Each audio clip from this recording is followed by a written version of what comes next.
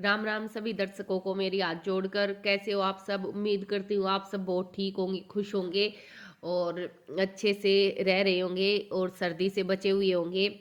तो आज की कहानी का जो थंबनेल है वो आपने देख लिया होगा। सहनशीलता। सहनशीलता हमारे जीवन में बहुत ही ज़रूरी है और इसकी सीख हमें कहीं ना कहीं से मिलती है, तभी हम उस चीज़ को सहन कर पाते हैं।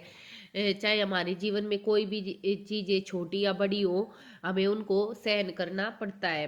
तो चलो अब ज़्यादा टाइम ख़राब न करके करते हैं आज की कहानी को शुरू। तो आज की कहानी है, ये एक सच्ची घटना है हमारे प्राचीन समय की। तो उसी को मैं आप लोगों को बताने जा रही हूँ।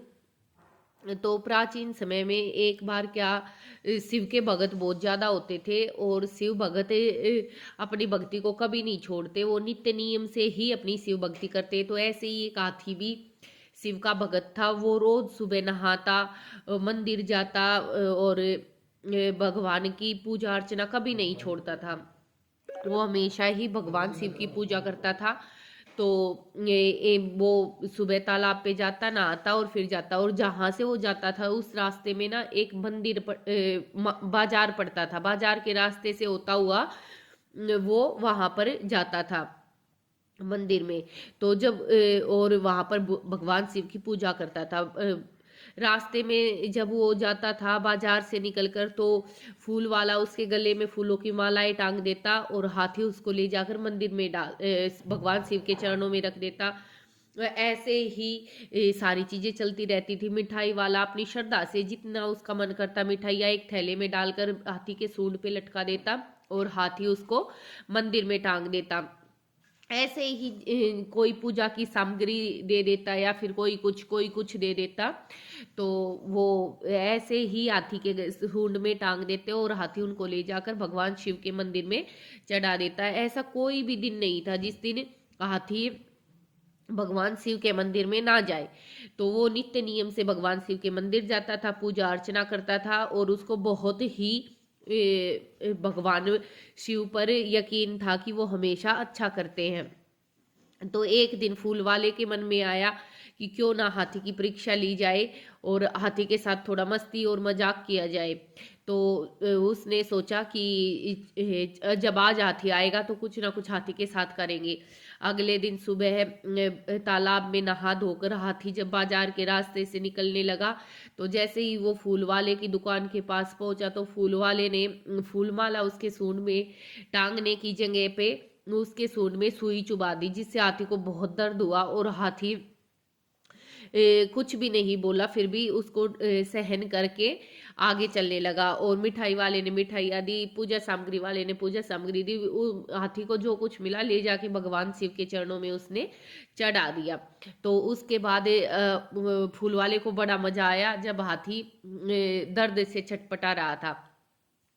अगले दिन सुबह फिर हाथी ऐसे ही तालाब पर नहा कर आया, फूल वाले की दुकान के पास फिर से रुका और उसने सोचा कि क्यों ना आज भी इसके मजे लिए जाए। तो उसने अगले दिन भी फूल माला की जगह पर उसके सूंड में सुई चुबा दी।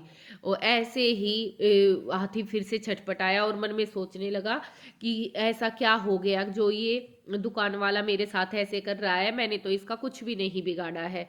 और ये सोचकर वह रोते हुए आंखों से आगे चल पड़ा और जो कुछ उसको मिला भगवान शिव के चरणों में ले जाकर चढ़ा दिया। ऐसे ही कई दिन बीत गए। फूल वाला रोज ऐसे ही करने लगा। एक दिन जब वो आया और फूल वाले ने उसके साथ वैसे ही किया, तो उसके सूंड से खून निकलने लगे और हाथी दर्द से तिलमिला उठा और आगे नहीं जा पाया। उस दिन वो मंदिर भी नहीं जा पाया, वहीं पर बैठ गया। अब बहुत देर तक बैठा बैठा रोते रोते उसने सोचा कि मैंने इस फूल वाले का आखिर क्या बिगाड़ा है जो ये मेरे साथ रोज ऐसा करता है। क्यों ना मैं इसको इसकी चीज का एहसास कराऊं कि इसने क्या गलत किया है।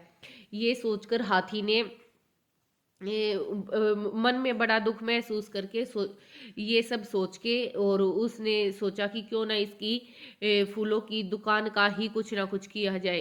तो वो जिस तालाब में नहा के आता था उस तालाब के पास ही एक और तालाब था जिसमें गंदगी बढ़ी रहती थी, कीचड़ ज्यादा था। तो हाथी वहीं पर गया और वहां से अपनी सूंड में कीचड़ का पानी लिया और पूरा भर के और फूल वाले की दुकान पर डाल दिया। और उसकी सारी दुकान को तोड़ फोड़ दिया। अब फूल वाला बहुत डर गया था और उसको एहसास भी हो रहा था कि हाँ ये बेजुबान जानवर है, तो ये नहीं है कि ये मेरा कुछ नहीं कर सकता। शायद ये इसकी सहनशीलता ही थी जो ये सब इसको सहन कर रहा था, और ये अच्छा होने के कारण ही इसको सहन कर रहा था, नहीं तो ये भी मेरे साथ कुछ ना कुछ गलत कर सकता है। अब ऐसा ऐसा ही 2-3 दिनों तक चलता रहा, और जब भी हाथी वहां से गुजरता, बाजार से गुजरता, शिव के मंदिर जाता, तो वो उसकी फूलों की दुकान को तोड़ फोड़ कर बिल्कुल खत्म करके चला जाता। लास्ट में जब ऐसे ही कई दिन बीत गए, तो फूल वाले ने हाथी से माफी मांगी और कहा कि मुझे मेरी गलती का एहसास हो गया है, अब मुझे माफ कर दो।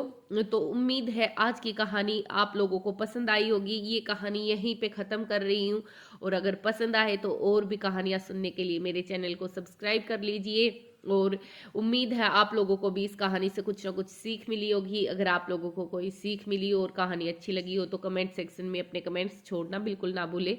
मिलेंगे एक और नई कहानी के साथ, तब तक के लिए नमस्कार।